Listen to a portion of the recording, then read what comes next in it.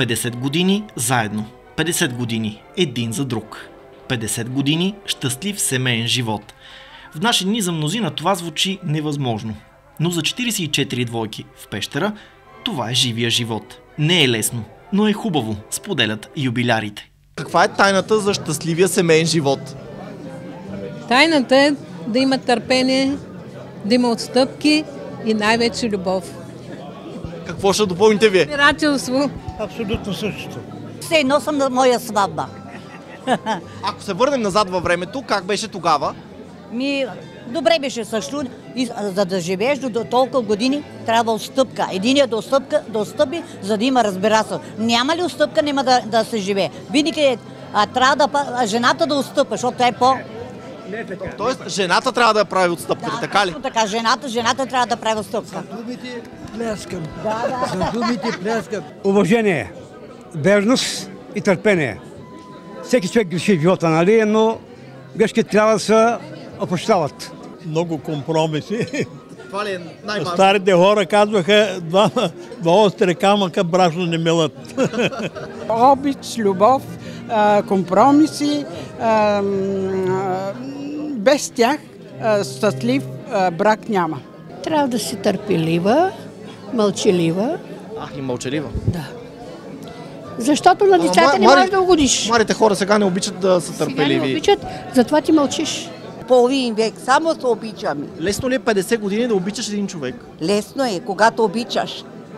А когато не обичаш, е трудно. Добре, каква е тайната за този щастлив семейен живот? Младите хора днес не сме свикнали така. Не, това не е. Младите хора... Тайната е в това, че когато човек има вяра един за друг, живота продължава само с любов и може да изкара и 150 години. Оженихме се 72 година, 19 април. Така. С много голяма обич, с много голяма любов, 4 деца, 10 внучета, 11 правнучета. И вие да сте живи и здрави, щастлив живот. Каква е тайната на щастливия семейен живот? На първо място обичта и след това търпенето. Понякога ще идвам в съня ти, като неискан и нечакан гостенин. Не ме оставяй ти отвън на пътя, вратите не залоствай. Ще влезна тихо, кротко ще приседна, ще вперя поглед в мрака да те видя.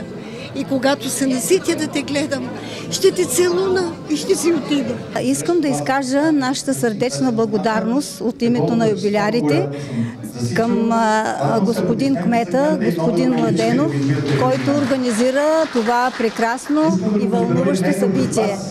Да му благодарим и да му пожелаем здраве и дълголетие и все така с мъдрост да управлява нашия прекрасен град Пещера. Щастлив съм, че мога да поздравя хората, които днес празнуват една значима дата в своя живот. И да им благодаря за всичко онова, което са направили за нашата община.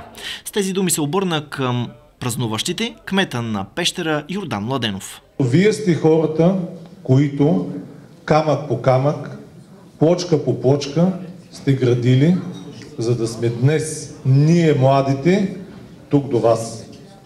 Пожелавам ви от все сърце още много години да се радвате на всичко постигнато, да се радвате на деца, на внуци, на правнуци, да предавате вашите знания и умения на тях и най-важното, да направим всички заедно така, че те да си останат тук в нашата хубава, добра община.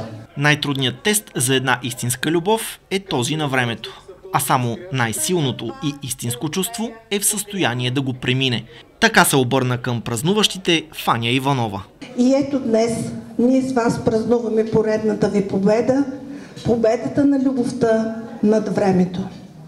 Поздравявам ви с тази златна 50 годишнина, съвместен живот и ви желая мир, любов и разбирателство до следващите победи, защото предстоят още сватби, диамантини и така нататък. Искам да завърша моя поздрав към вас с едно изречение от поканите, които ви изпратихме за днешния празник. Тайната на щастливия живот е да обичаш. Нека се обичаме, обичайте се. Това ще спаси света.